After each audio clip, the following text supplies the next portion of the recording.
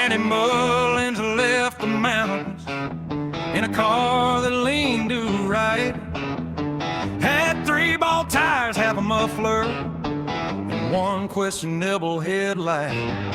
Mama says that thing won't make it. Randy grinned and checked the oil. Said it only needs the good parts, the rest just adds to the turmoil. Hello everyone, welcome back to the channel. Today we're going to be taking a look at the NASCAR 26 pre-order. I'm doing a little bit of a review on it. They did drop a preview or a trailer video. I watched it. It didn't show a whole lot more than what this is going to show, so I figured I'd go to the Steam page. We take a look at everything. We have 5 screenshots, not necessarily from, I don't think any of the gameplay. Looks like replays. We'll go ahead and maximize the screenshots here. As you can see, we're starting off at the San Diego Coronado racetrack. The game itself looks pretty good as far as the screenshots go. Good detail on the cars. Probably a little better than NASCAR 25. I do like the fighter jets up here. Nice little visual. Then I believe this is Homestead. The lighting looks really good. Looks like they improved the video quality quite a bit. Once again, this is probably replay screenshots, which hopefully means we'll have a better replay system. There's not a whole lot that's been released yet, but these shots are looking promising. Like I said, NASCAR 25 was a massive improvement over the more current games. Another screenshot. Looks really good. Shadowing looks good. Textures look good. These walls look really good. Like actually dirty and cracked and busted up looking at the bottom. Or that may be almost look like water holes, but I'm not sure. Looks really good. We got another screenshot here. I'm not sure where this is at.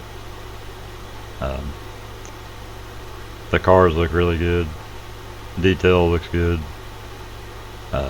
We'll talk about this part, the track surface and groove as we go through. I did notice one thing. We have the 88 right here, and then we have the 88 over here. I'm not sure what that's about. Maybe it's a glitch or something. Hopefully we won't have duplicate cars on the track. That would be horrible. My immersion. Then we have the garage area screenshot. Not my favorite driver, but he's the cover driver for the game. Very talented. We won't pretend like he's not. I just don't like him. My unpopular opinion for favorite driver right now is Bubba Wallace. That might give me some hate, but I will. I also like Chase Elliott, Ryan Blaney. Starting like Hocevar. He's still a little crazy, but he makes it entertaining. Then back to the original. So there's our 5 screenshots. They look pretty good. No complaints on any of that. Excuse me. Just woke up not long ago. Overslept a little bit, but yeah. It is what it is. We'll move on to our release date. So it's coming September the 18th. Even though it's 18th? Yeah. I think some reports are saying 17th if you look online or in the Steam area, but we're gonna go with the 18th. We have a couple options. You can pre-order the regular standard edition for $59.99, which isn't a bad price. If it's as good as or better than the last edition, the 25, it's definitely worth that price if you want it on release. We do have in the cart this one. It's, you know, 80 bucks, $85, $87 after taxes probably. It's pre-order gold edition. There are a few good things about it. You see right here, you get to play 3 days early. That'll be good for the channel. We can get we'll get a jump on some of the other creators maybe.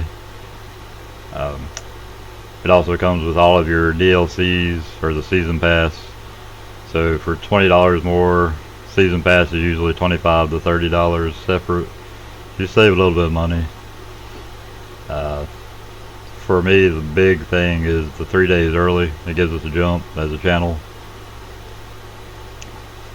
You also get, on any edition that you pre-order, you get 5,000 career bonus dollars.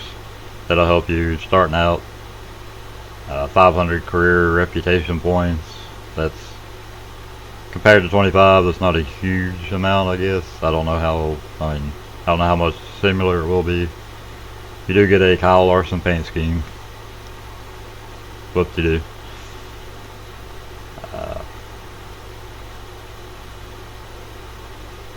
You also, the big announcements I think for most people was that you can finally do a burnout in the game. That was a big want for the last game. I'm hoping the physics of it are better than the Heat series, which was kind of crappy burnout system. You had to hold your brake and your gas, and if you hold the brake all the way down, it would just kick into reverse. It was very annoying. It was difficult to get the balance together, but it is what it is. At least now we have burnouts. We don't know what they're going to be like yet. There's not very much game footage released. I did see on another creator's channel, it looked like a practice or training type session where you can run laps. You get your delta times. You get a little bit of, I think, instruction, which we'll go into here in a little bit. It looked really good. The lighting, the shadows, everything looks really good on here. I do like this part, or at least it shows some promise. It says find the groove. It's a dynamic track feature where as the weekend starts, you'll have like a green track, no rubber. Through practice, qualifying, the race, the groove and line will come in, get darker, more rubber will be put down. This sounds like a very good feature. I don't know a whole lot on it yet. There will hopefully be more released as we get closer to the date. So at the moment I'm just taking it as the rubber will get built up in the normal lanes, offering more grip, maybe a possible outside line. Personally, I would like to see it where if you run a separate line, this is Martinsville, so you're not going to be up here, because if you go up here, you will be in the wall. It's not a high lane track, maybe a middle upper if you're lucky as the groove wears out. But at some of the bigger tracks, maybe if you run a high line, I'm hoping that maybe a groove will open up there and not just be a standard 2 to 2.5 groove track every single race. But we'll see how that goes. I do like this feature though. It will cause you to have to chase the car, chase your setup, make it more dynamic through the race and the race weekend. And here's the training part I was talking about just a minute ago. Don't know a whole lot about it yet. It's very early. But from what I can tell, you basically practice at the tracks. You'll have, I guess, an instructor. We got Jamie McMurray here. So you can improve your setups, maybe your lap times. That'll be very helpful to probably like the E-Racer series. And people who want a little more immersion and run the higher settings, difficulty wise. Personally, I'm not great at setups. Custom depends on the track. Big tracks like Daytona, Talladega, I have pretty good setups. I can run fast. Online mode, as long as people aren't acting stupid, I can get some really good laps. Other tracks is kind of hit and miss, but hopefully this will help with that type of stuff. Help you hone in the setup and really see the difference in the things or the settings that you make. So looks like achieve peak performance and become the next NASCAR great with one-on-one training from winning crew chief Steve Letarte and Daytona 500 champion Jamie McMurray. So I guess those will be the two that teach you. I'm really liking this part, the crossplay, because I play on PC now. I was a lifelong console gamer up until last year. I jumped on the PCs, and there's no looking back for me. Console's fine if that's what you like or that's what you can afford. No shame in it. It's just once you go PC, it's hard to go back. But we will have where console and PC can be in, I guess, lobbies together, which is really great because it opens up the field. You know, with NASCAR 25 right now, normally you'll go into a lobby or go into the multiplayer, and there'll be like 4 to 8 or more lobbies, and only like 10 to 20, maybe 30 players, which makes very small, boring races in my opinion. I like to have at least a 20 car field of actual players. So this will open up the numbers hopefully, and we'll be able to get bigger fields. We will probably try to set up a series for online with the NASCAR 26. That way we can kind of weed out the hack drivers, the idiots that come in and drive backwards or sit on the apron and wait for you. I wish there's some type of penalty into the game for that, but it is what it is. We've lost a lot of races because of idiots like that. And if you're that kind of driver, then you're just not wanted in the online events. Then we have some other features. Race the Chase. This is very similar to the old EA days, Chase for the Cup. It's not particularly something I care about, but maybe you do.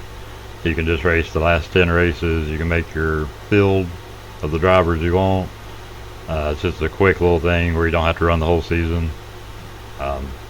It's just, I'm not really into that. The career mode is my main focuses on NASCAR games. It says here you get personalized training as you advance through each series. New garages, so that seems pretty cool. New facility features, and you also get the door bumper clear podcast incorporated into the game. I'm guessing 25 had the Dell Jr. download, kind of like every once in a while it'd pop up. Pretty good. Adds to the immersion, because we're gonna have immersion, something NASCAR has lacked for years. NASCAR Thunder Series did a great job with the facility features, in my opinion. You could grow your garage. Didn't really have much for social media because it's 2003 season. But apparently there are some people from the Thunder Series days that are actually working with this game and with iRacing games. So that's kind of promising. I'm not going to speculate too much on what's what yet. Well, more information will come out the closer we get to the release date, and we'll keep it updated on that. The improved graphics, which I commented on earlier, definitely can tell in the screenshots it looks better. The new sky domes with dynamic lighting kind of sounds like maybe a daily progression from like maybe weather, cloud cover, day to night stuff is my guess. Motion blur, whatever, that doesn't really matter to me, but it is what it is. Track lighting definitely look better, and the screenshots to immerse you, the immersion. Yeah, kind of lose the sights and sounds of the race day, so sounds promising. We'll see. Driving physics 2.0, whatever that means. New tire and braking model, enhanced input control and options. And the 750 horsepower engine package should help maybe the drivability of the car. You need a little more throttle input. Because you can drive a car with the throttle, so to speak, make it turn, depending on your throttle input. We get a trophy room back, and I remember this from the Thunder days, and I loved it because you can actually see what trophies and races you have won, keep track of all that stuff. I love that feature about it. It was a tiny little I don't know, player happiness feature or whatever, but I loved it. So I'm glad that's coming back in some form or another. And also says that is not all. Improved AI, which sounds good. We'll see. Left side tires, I'm guessing you can, when you take two tires, you can just change left side tires. I've never seen a real benefit of doing that in other games or in real life. Maybe save some time, I don't really know. You do get the new Dodge Ram in the truck series, which is whatever. I typically drive Toyotas, so AI DNS is a nice little feature that's going to be added. So that way when cars wreck, they just don't pop back out on the track like nothing happened. So say you have a kind of not a great car, you're starting out, the AI cars crash, rather than having to continue to race them and maybe not make up the spots, they will be DNFing, and then that'll progress you forward in spots. If you're that kind of driver, you could use that to your advantage. Just saying. We got St. Pete, Coronado, which we saw earlier. Chicagoland's coming back. An updated COTA, Circuit of the Americas. So looks like a couple new tracks. The return of an old track in Chicagoland. COTA, I'm not sure what's updated about it. We'll find out. But it's a fun track. It's not an easy track. Turn one's pretty much a wreck fest. But it's fun. It's fun. We have improved paint kit, which is promising. Personally, I'm hoping for a lettering kit, so you can do like custom sponsors and stuff. I don't know if that'll be in it, but paint kits are definitely great for immersion, especially online, because you can make your own sponsorships. You can just make the cars look a lot better. And it says, and much, much more, which I guess we'll find out in the coming weeks as to what much more is. And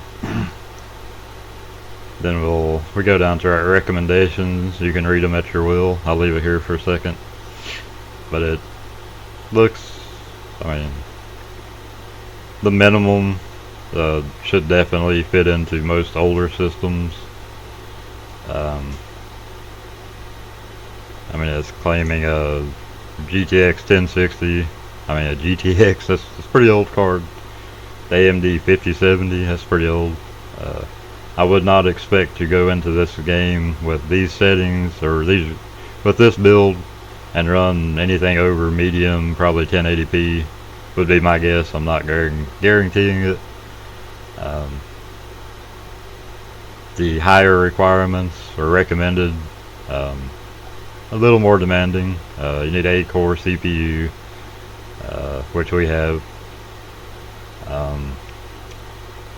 They're citing like Ryzen 9 3000 series X's, or Intel. I don't know a lot about Intel. I use Intel on my old Ref Hero builds, but I don't use for the new gaming stuff. Nothing against Intel, they just typically have a higher power draw and a higher temperature. So I really like AMD Ryzen for my CPUs. I currently run a Ryzen 7 9700X. It's 8-core, 12-thread, great CPU. Pretty good power draw, low heat.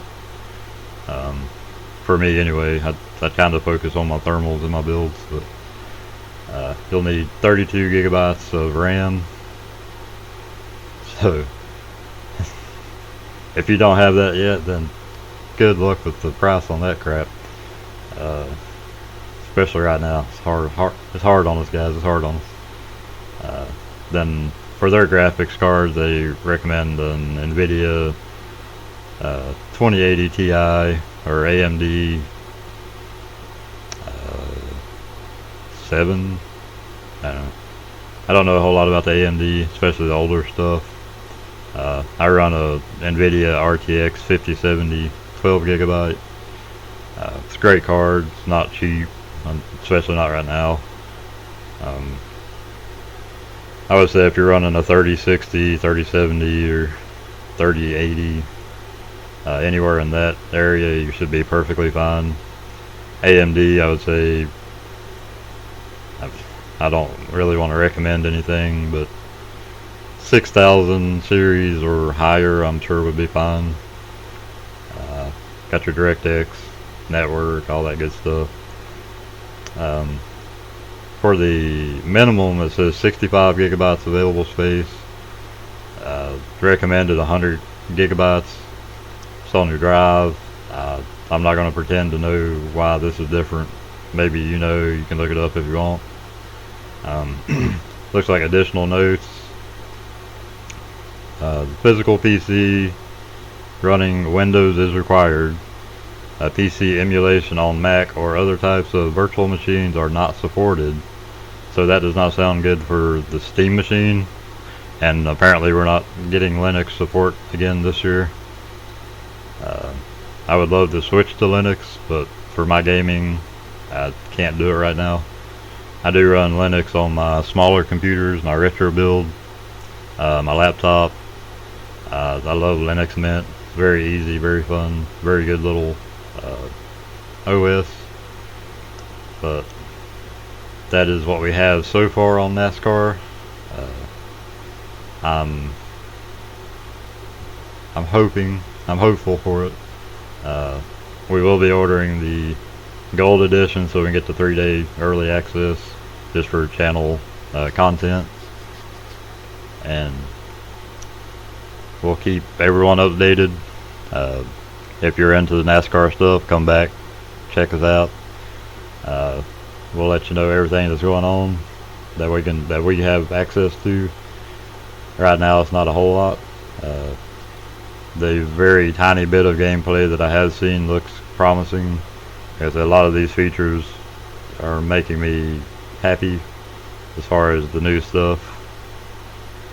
And we got a little while to wait on it. But yeah, hope you enjoyed the video. Hope it was somewhat educational and informative.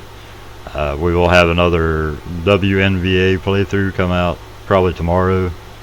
I did some practice on it, got a little better, kind of figured out the shooting mechanism on it. So hopefully our next game, if you watched our previous video, we did not do good. But hopefully our next game will go a little better. And hope you guys have a great day. If you liked what you seen, want to see more, hit that like and subscribe. Helps us out greatly. Helps grow our channel. And hope everybody has a great day. See y'all later.